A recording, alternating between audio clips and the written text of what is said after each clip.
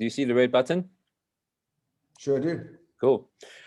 Welcome to another episode of Candid Conversations. Today we have Mike Anderson. Mike is the founder and the CEO of NSBC, National Small Business Chambers. Mike, welcome to the show. Charles, always good and great to talk to you again. And I'm very grateful for this opportunity. We share a common quest in life, and that's helping others. And hopefully today we can continue that message. Absolutely. Look, last time we spoke, I was in the hot seat, being interviewed by you in the on the Sounds in Durban. So today is you. Today, I want to find out a little bit about your background. So growing up as an example, you've been in this business. You're 60 this year. You've been in the business for a very, very long time. But I want to go back to the roots. What was your childhood dream? Did you always want to be a business person? What was young Mike like?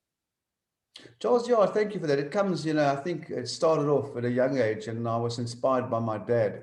He was an independent graphic designer, and every day, all day, evenings, and he would always bring that. He was very passionate about entrepreneurship, and I think from an early age, I was fortunate enough to be able to expose to that. He never became a wealthy man, but he always provided for our family. Until he passed away, some years back. So for him, it was never about the money. It was doing a magnificent job and living a life with passion and being in control of his own destiny. That really excited him. And, he was always a one-man band. So, he could never really do what some people might want to do, and let's make a fortune. But it was never his dream to make a fortune. It was always his dream to live a life of happiness. So I got that was contagious, and I got onto that fairly early in life. And even when I was at school, and when I left school in those days, we all went to the military and did our stint and came back. And so my dream was always to be an entrepreneur, to find something, to seize an opportunity, and to make it happen. And I think so. You never crossed your mind to work for anyone, never. No, Charles, I didn't, and it wasn't inbred in me, and it wasn't what I wanted to do. And look, I always say there's two types of career paths, and one's not better than the other. You can climb the corporate ladder, or you can become an entrepreneur and build up a business. We depends need both, on what right? We need both. You need both. You need both. And, often people say, wow, it's sexy to be an entrepreneur. Well, the thing is, the sexiness goes out and the honeymoon is over quite quickly. And you realize that quite quickly when you start a business. But the thing is, and I think that's the key, it's both equal careers, but one's different to the other. And it's what you want to achieve in life that counts. So yes, I've always been an entrepreneur. So were you one of those kids that sold stickers to people, sold chips to people in school? How did you make money in school?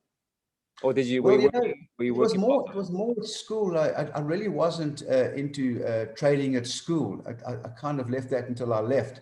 But, when I came back, funny enough, when I came back from the military, some people, my friends, they wanted to go for a gap year overseas for a year, travel a while, working in bars and stuff like that. And I wanted something completely different. So strangely enough, what I did decide to do, I was quite an avid diver in those days, a scuba diver. So what I did do, and I was also part of Navy diving school for some time.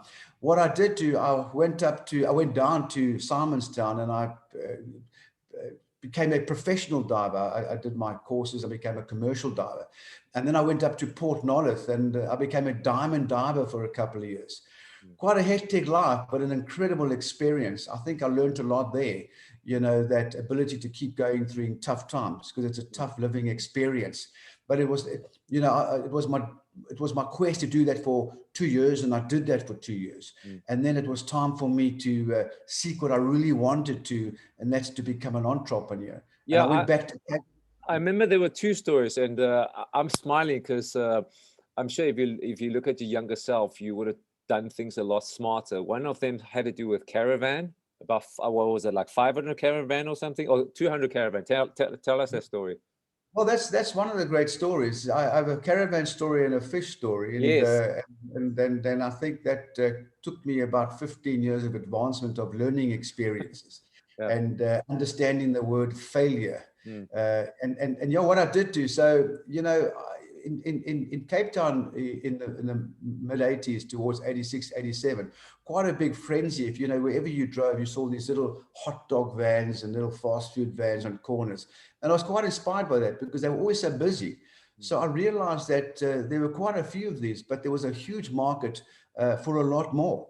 So I made some contacts, and I flew up to Johannesburg, and I met a company up there in the industrial areas, and we came to a deal where they would make the caravans and I would sell them as a business opportunity. So it'll come off as a fully fledged caravan with ovens and all sorts of those goodies. And so we were kind of very shortly after I had my first, what I decided to do, I'll start off small. You know, I learned to bit from Richard Branson, The Magic of Tiny Steps. So I started off with about 3 or 4 caravans. I sold them, and a little bit of profit that I made, I realized that I could get a few more. So in a matter of 2 months, I kind of realized that I could sell a lot of these caravans. So what I did do, I kind of ordered 300 caravans, and they, of course, were transported to Johannesburg Park Station. They were loaded onto a goods train, and Charles, I was going to become a millionaire very quickly. So, of course, the train, I was waiting the next 2 days in Cape Town for the phone call from, you know, the officers at the station in Cape Town, but it didn't work out that well. What happened through the night, the goods train overturned. And so, of course, on the news, all over the place, the newspapers, the Cape Times, the Argus, all that. There's these caravans scattered all over the Karoo. And then I realized how important the word insurance is, because I'd never insured the caravan. So I'm just doing the math. 300, that's a lot of money you lost. A lot. Well, it was about $3 million. And at that point, this was the 80s. Yeah, at that stage, there were about 10,000 Rand a caravan, which in today's terms, it's from late 80s to now, it's significant investment. Wow. And so anyway, so yeah, so I was out of the caravan business as quick as I came into it. And but you know, it didn't, funny enough, it didn't bother me, Charles. It didn't bother me because, you know what, I always realized from an early age that seizing opportunities before the tipping point of evidence is what makes a true entrepreneur. And I had my first big learning experience. So I always realized that if I fail or if I hit an obstacle en route, as long as I learn from that and don't do that same mistake, then that failure is worthwhile. And then I can bounce back and move forward positively, then that experience would be an investment in my future. And then so the fish story, tell us the fish story, because I told my wife, I was just like, wow. That's what I said, wow. And because I'm from diving and I'm in Cape Town, I kind of had some big contacts in Hart Bay.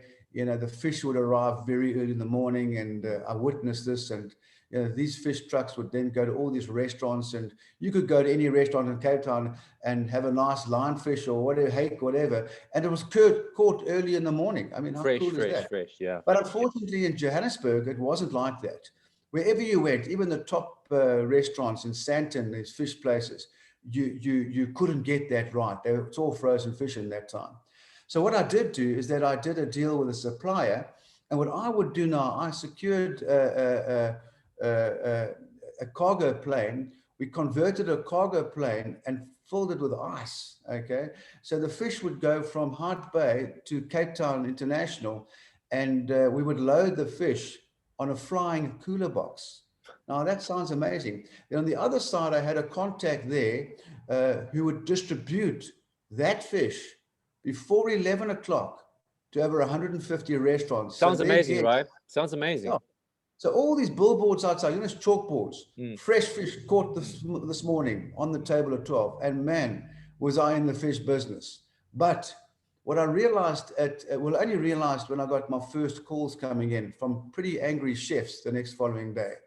What had happened is you can't transport fish like that. And that's why you probably haven't seen that again, is because of the heat change. It's not the same heat. You know, it's not a constant temperature. So although there was thousands of packs of ice all over this cargo plane, the heat differences were too great.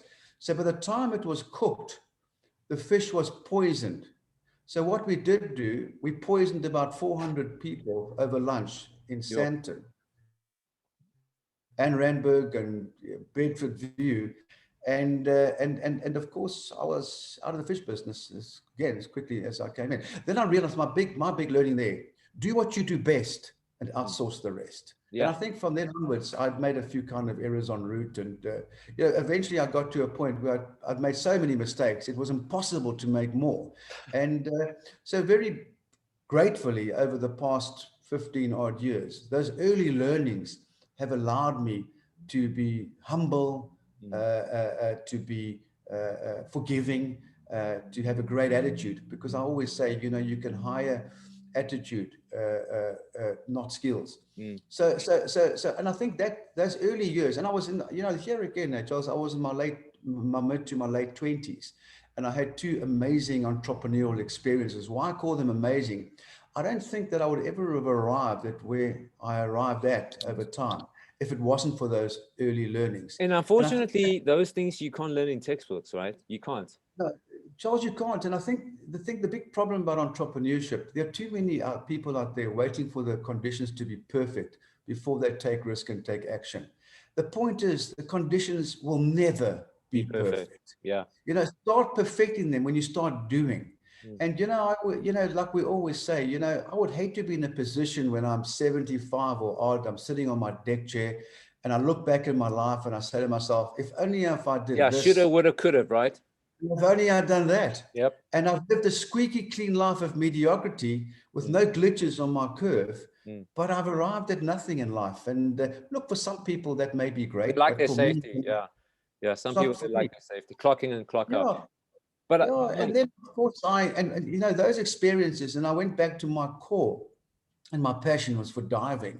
And funny enough, I went to a trade exhibition in Cape Town. I can't quite recall what it was, but I love that mechanism where there's a whole bunch of exhibits and put up, and then over 3 days, thousands of these delegates come through and buying products and services from the exhibitors.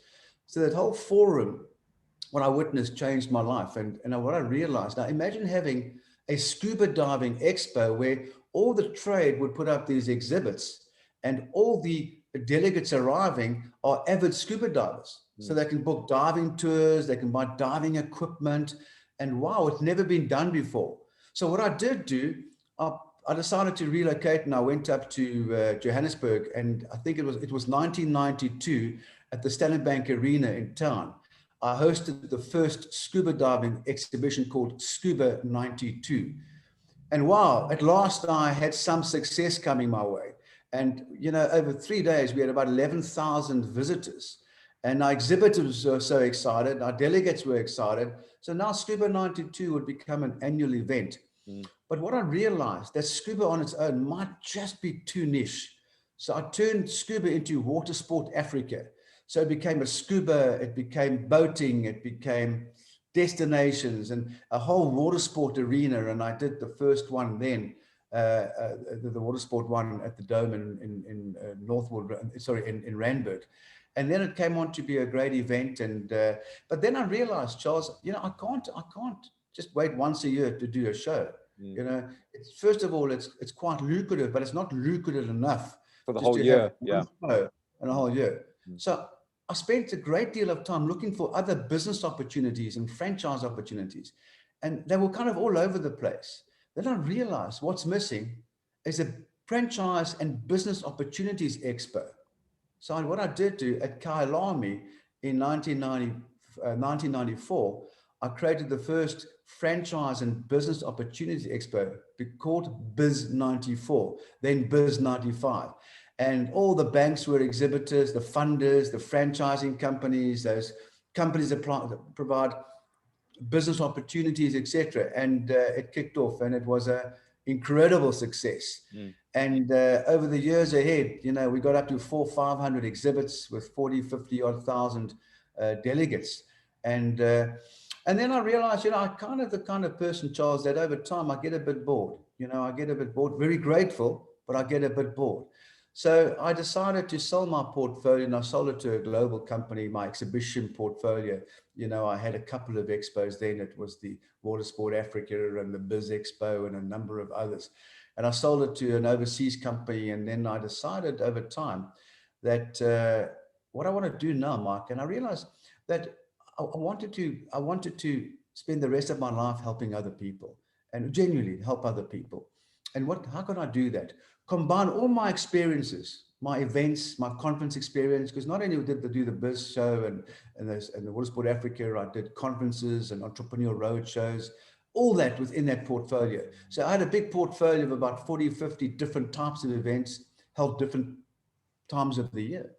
So then I realized that what can I do to really spend my time helping other people? And I realized then that I would create the National Small Business Chamber. And that was back in 2008. Yeah, this is 13 odd years ago. Yeah. And my mission would then be, would be to build a big, well, what my mission was from day one. First of all, it was very important for me. It was a non-profit. Second of all, I didn't have a business plan. Intentionally, I didn't have a business plan. It's not the real principle of doing good business. But I realized this was my quest. If I could in one way, in one small way, help one small business every day, I would be successful. That was it. I never had the vision that we would arrive at where we are today with over 146,000 SME members, with all the big global brands as our partners, and truly grateful for them as well. Without these big players, we couldn't do what we do. And what I did do, I used my previous experiences of exhibitions and publications. I also, before the NSBC, I owned the original Entrepreneur magazine. It was actually created at the University of Potchefstroom, and I bought the rights for that. So the original one. And so, yeah, coupled with my publication experience and my exhibitions and my conferences, I would focus all my energy into SME and entrepreneurship. So I re-kicked off the Biz Expo that I did over the years. I changed the name. I created something new called the Business Show. And it's still going today. Now it's virtually, as you know. So the Business Show. Then I created another publication called My Business Mag. Now it's in the fold of the NSBC. Jumpstart, the Think Beyond a Job Roadshow, the Build a Business Academy. And what's important about the NSBC, how that started off, we did a lot of research initially. What do business owners and entrepreneurs who run these amazing businesses, what does it take them to grow a bigger and more successful business? So the whole focus of the NSBC is, through its research and development, is providing all the benefits to our members who are our SME, our members, and the ingredients of what's necessary to grow a bigger and more successful business. And now we're grateful, we're growing at over 3,500 new SMEs per month. These are members. These are members. Yes. Okay. We have 50 odd big partners, like the major brands out there. We have 156,000 SME decision makers who read our publication every Tuesday and Thursday. The Business Show, and this is quite another amazing story, Charles, is that over the past 13 years, the Business Show has been hosted physically, a traditional show at Gallagher, which became the largest event in the world for anyone who's serious about starting or wanting to grow a bigger and more successful business. Here again, the exhibitors, all the companies that provide opportunities, technology, funding would exhibit, whereas the delegates are SME decision makers who would come here for the purpose of finding new ways of doing business to grow a bigger and more successful business. But what's amazing about the Business Show, Charles, is that about 3 months before the pandemic arrived into the world, we had already transformed the traditional exhibition into an online exhibition. Why? Because we saw that was where it's going. The market, the global market, the intelligence out there was that the digital world was coming. But what the pandemic did do, it just sped up the process by 2 years. And so now, we're getting over 250,000 visitors to the Business Show online. And here again, our visitors are our SME decision makers, our members, and of course, our partners in general are our exhibitors.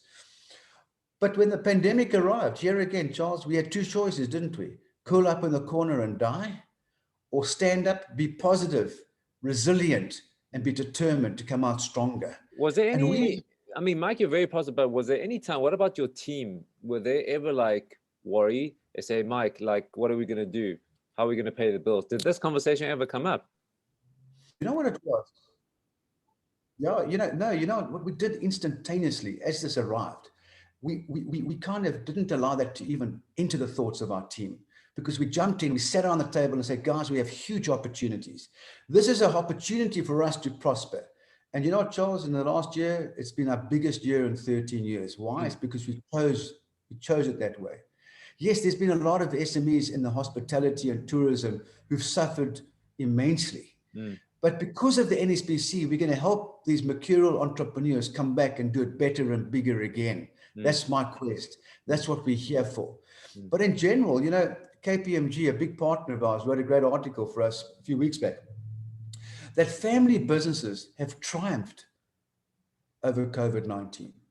And I think that's the difference. You see, as an SME, we have the ability to change quickly, try new things quickly, adopt new strategies, whereas your corporate market out there takes months to do that. Yeah.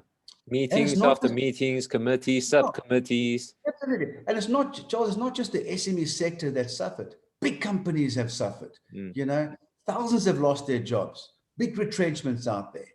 But the influx of new business owners over the past year has been tremendous. Yeah, because now you can work from anywhere. You know, we know that the old days will never come back to the way it was. The way forward will be a combination of the old way with the new way. I mean, we transformed 300 annual events from physical events to online, virtual, everything within a matter of 48 hours. You know, we used to do the Breakfast Connect on once a month around the country, a physical B2B breakfast networking function for business owners and entrepreneurs. We immediately transformed that into a virtual event. I think you've attended one, Charles. And many of those, now what's amazing about the virtual event that we do monthly on a Friday, is that many of our attending delegates, they say it's far more successful for them than the physical networking event. Now, because they get to speak to more people, right? Because you can, I mean, I've been on there, you can jump between tables. Yeah. So in actual fact, the networking is more sporadic and it's more engaging and it's meaningful. And you're also talking to the digital generation, people who are a little bit more advanced and more quality decision makers. So speaking of which, do you find the people that are entering or joining, are they younger? Because you mentioned the digital generation. So are the members age like younger now, like what, maybe 20s, 30s or what? That's an exceptionally good question. I can give you some. I think you're probably right to a large degree. I think that the age has really, although, I mean, I'll tell you now, we've got 80-year-olds on this virtual platform, because these 80-year-olds have learned to say, hey, hang on a moment, this is an exciting road ahead for me. Let me get into the bandwagon here. Let me make things happen. But I think in general, it suits the younger generation more because they're born up in the digital environment, whereas the older generation are still getting used to it.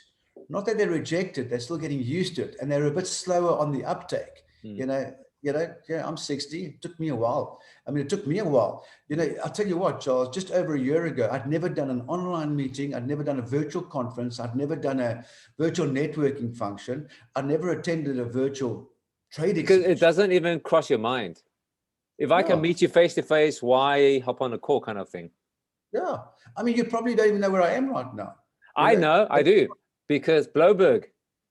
The 100%. I recognize your background, so yeah, Bloberg.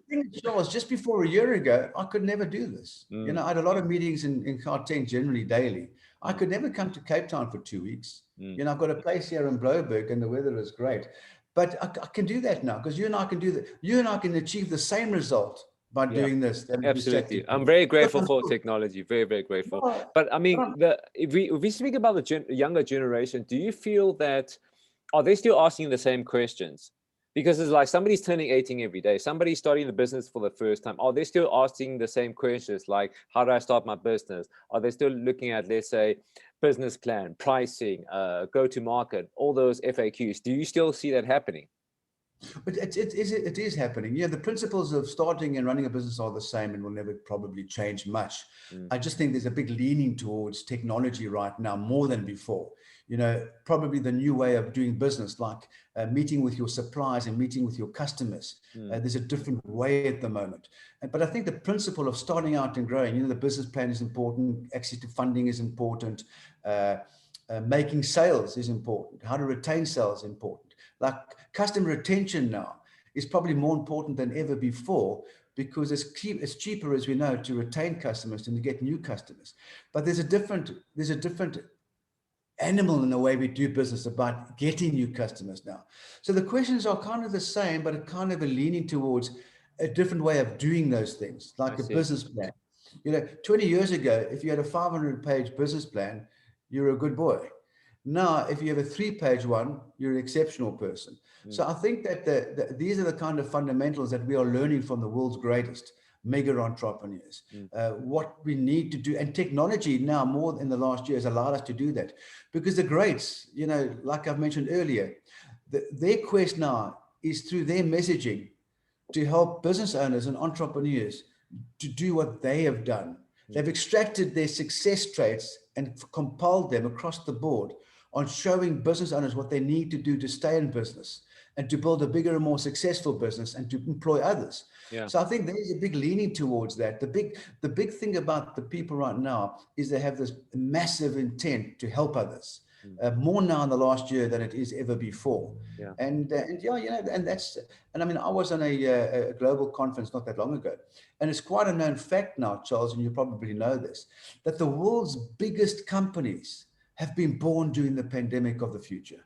Now that's exciting to hear, because people are seizing this opportunity. You know, I love that statement. You know, successful entrepreneurs seize opportunities before, of course, the intent of proof. So these are the kind of things that we need to do. It's actually, you're right. It's going to be exciting times. There are so many businesses that's born out of this. So let's see what's born out of South Africa in the next 3 years, 5 years, and 10 years. But Mike, I just want to ask you two questions before I let you go. And speak to the person that is listening right now, that is perhaps thinking about joining NSBC or just started a business and they landed on this podcast. What do you want to tell that person about the benefit of joining NSBC? What is the one benefit that sticks out for them?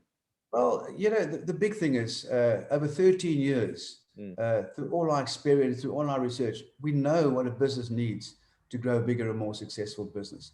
All the benefits on offer, whether it's marketing platforms, whether it's help centers, whether it's academies, whether it's getting your business highly ranked on Google, all these key ingredients zero in on the ultimate benefit. Do you want to grow a bigger and more successful business and make more money quicker? And the NSBC has spent 13 years to do that. That's why we have over 146,000 SMEs growing at over 3,500 a month. And our retention rate's at 96%. Why? It's because we can't keep everyone in business. People will immigrate, people pass away. But our growth rate, we're now the fastest growing organization in the world of its kind because of what we do. Now, remember, Charles, all the benefits are sponsored by big business. All SMEs pay for is their member activation fee, which is extremely nominal. The value is unbelievably exponential because we have our total focus in helping others. Why? The very reason why we exist. If I can help a small business stay in business and to build a bigger and more successful business, this is the answer to alleviating unemployment and driving job creation. That is why we exist. Small business is the mainstay of our economy. It's the engine of our society, and it's the future of our success. I mean, I was recently invited by the European Union to talk on small business. And in fact, 2/3 of our working population work in a small business. Interestingly, by 2030, more than 90% of our working population will work in a small business. Right now in Switzerland, 98% of the working population work in a small business. So to all the small businesses out there, we want to be your biggest partner on your quest for success. And we have no agenda but that to help you to achieve that. Love it. Mike Anderson, NSBC, thank you so much for your time. It's been my pleasure chatting to you. Very grateful for the opportunity, Charles.